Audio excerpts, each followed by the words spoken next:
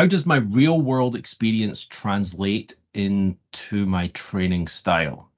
Well, I think for that, you need to a little bit understand my experience, I guess. Um, I was a software engineer for 10 years. I just got into software engineering the year before .NET came along. So I was ASP for a year and then straight into .NET, and that's where I'd really been ever since. I mean, I do other things, but that's mainly where my sweet spot is, right? My comfort zone. And then I got recognized by Microsoft as doing some interesting things with Team Foundation Server, right? And I became a Microsoft MVP in 2008. And then what really happened was when you become an MVP, right, you kind of get access to a whole bunch of internal stuff. You get access to lots of free tools and lots of things. But the big thing is you go to the MVP Summit every year.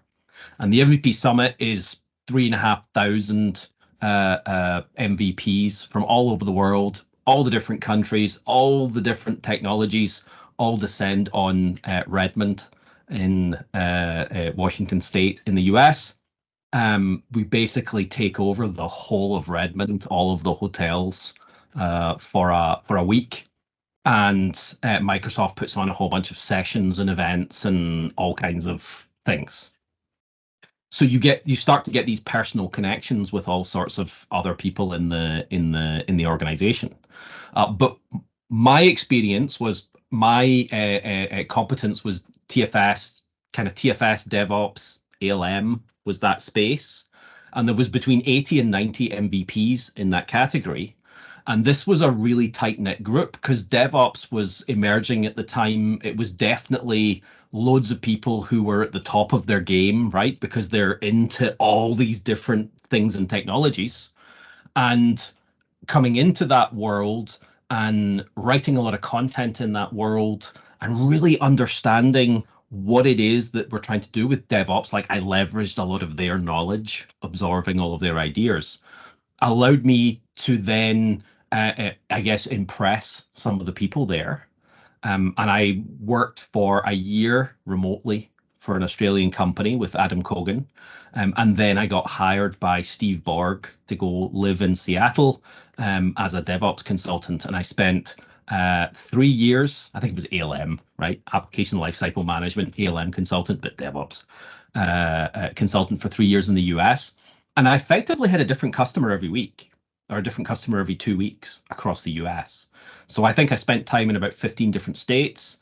I saw all the industries. Like there's no specific industry that DevOps is relevant for. It's any company that has software. So we did aerospace, we did military, we did, I think I didn't work on that project, but we did nuclear power plants, healthcare, finance. I did a gig for a finance company that does the finances for all of the stars in Hollywood. So they have this huge building and they only have one floor at the top and the rest of the building's empty. It was really interesting. But that experience of seeing all these different organizations, seeing what they're doing, seeing how they're treating and engaging people means that I think I've never had a circumstance where I don't have a story for, where there's somebody else that's more dysfunctional than whatever the person that's talking to me, the story that they have. So I think that's a huge power in the training world because you want people that you're training to realize that there's light at the end of the tunnel. You want them to realize that they can get to somewhere else. And unfortunately, I think this is a very human thing. Knowing that somebody else is worse makes you feel better, right? And it makes you go, maybe I can be less worse, right? Maybe I can. So then I'm listening more and engaging more. So I think those stories help from that perspective, but also bringing the stories of how people have solved particular problems, or even things that haven't worked. right? Oh, I've had a couple of customers that have tried that this way and it's just not worked for them at all. They just had to ditch it.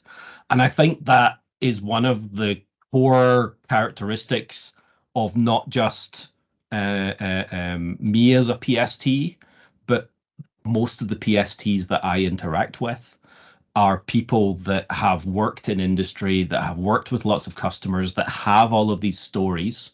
And there's nothing more interesting than a whole bunch of PSTs getting together to have a conversation about all these crazy things that have been happening in organizations, because then you can share those stories and bring more things to the table when you're training. So I feel like that experience of being a software engineer, right? That's one thing that it lends me credibility when I'm working with people in teams that build software, right? Because I have been the person building the software. I understand how that works.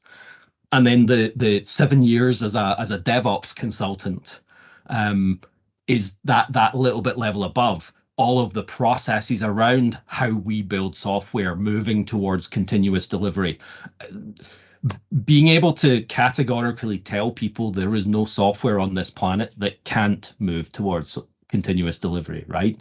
There's no pulling the wool over my eyes for capabilities in that space.